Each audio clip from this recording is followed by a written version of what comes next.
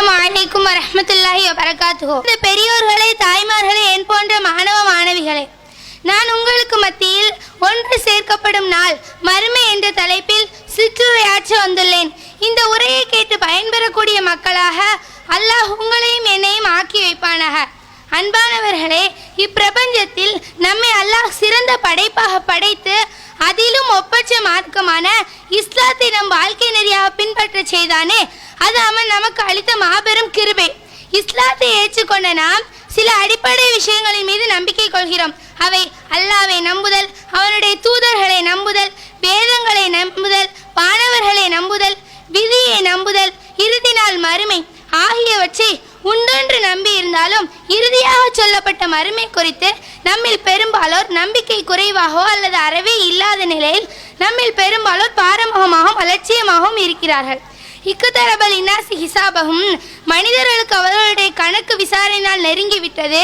வஹும்பி கப்லத்தி மோரிலோன், ஆனால் அவர்களோ அதை புறக்கணித்தும் பாரமுகமாகவும் இருக்கிறார்கள்.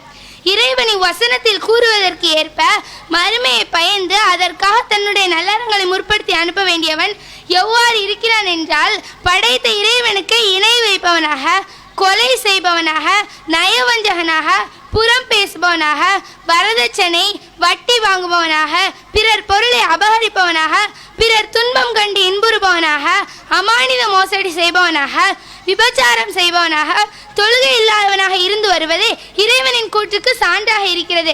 நம்மில் பெரும்பாலோர் அந்நாளில் இறைவனின் பிடியிலிருந்து தப்பித்துக் கொள்ளலாம் என்று கற்பனை கோட்டை கட்டுகின்றனர்.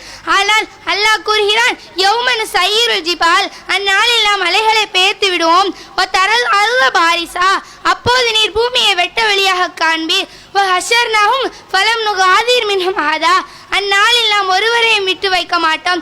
இவ்வுலகில் வாழும் காலத்தில் காரியத்தை செய்ய நாடுகிறோம். உதாரணமாக, நம்முடைய திருமண நிகழ்ச்சி நடைபெற உள்ளது என்றால் அதற்காக பல நாட்களுக்கு முன்பாகவே பல்வேறு திட்டங்களை தீட்டி பொருளாதாரத்தை தண்ணீராய் இறைச்சுகிறோம். பல்வேறு சிரமங்களை தாங்கிக் கொண்டு உழைக்கிறோமா?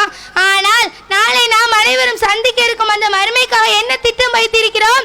என்ன முயற்சிகளை மேற்கொண்டிருக்கிறோம்?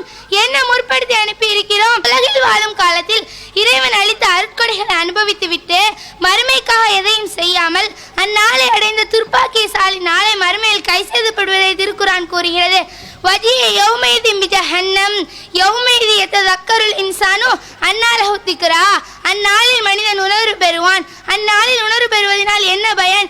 யகூலு யா லைதனி கத்தம்து லிஹயாத், நாள் இறைவனின் பிடிந்து தப்பித்துக் கொள்ள முடியாது.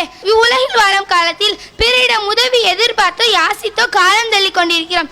சொல்ல போனால் உடல் உறுப்புகளை கூட தானமாய் பெற்று வாழ முயற்சிக்கிறோம். உதாரணமாக, ஒருவனுக்கு 2 சிறுநீரகங்களும் பழுதடைந்து விட்டது.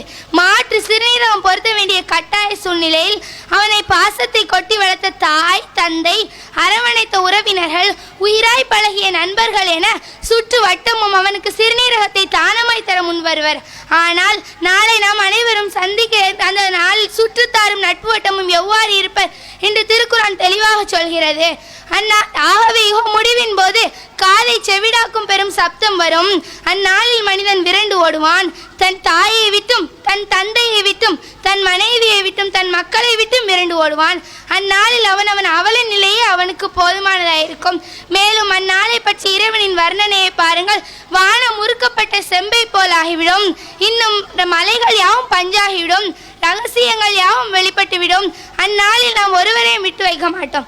அல்லாஹ் கூறுகிறான், மனிதனை படைத்து அவனுக்கு சுவையான உணவும், சுவாசிக்க காற்றையும், ரசிப்பதற்கு கண்களையும், கேட்பதற்கு செவிகளையும், வாழ்வதற்கு அந்த பூமியை விசாலமாக்கி தந்த அந்த ரஹ்மானுடைய அற்கொடைகளை மறந்து மறுமைக்காக எதையும் செய்யாமல் அந்நாளை அடைந்த துர்ப்பாக்கியசாலியின் நிலையை பாருங்கள்.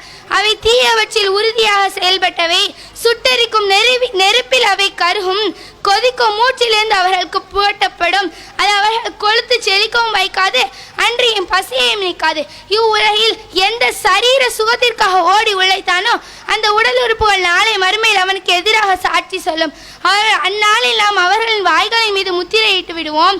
அன்றியும் அவர்கள் சம்பாதித்துக் கொண்டிருந்ததை பற்றி அவர்களுடைய கைகள் நம்மிடம் பேசும், அவர்களுடைய கால்களும் சாட்சி சொல்லும். எனவே அன்பிற்குரிய தாய்மார்களே, பயங்கர நிலைந்த அந்த நாள் நமக்கு மிக லேசாக லேசான நாளாக அமைய அல்லாஹ் அருள் புரிவானாக என்று கூறி எனது உரையை நிறைவு செய்கிறேன். வாஹிர் தஅவானா அல்ஹம்துலில்லாஹி ரப்பில் ஆலமீன். அஸ்ஸலாமு அலைக்கும்.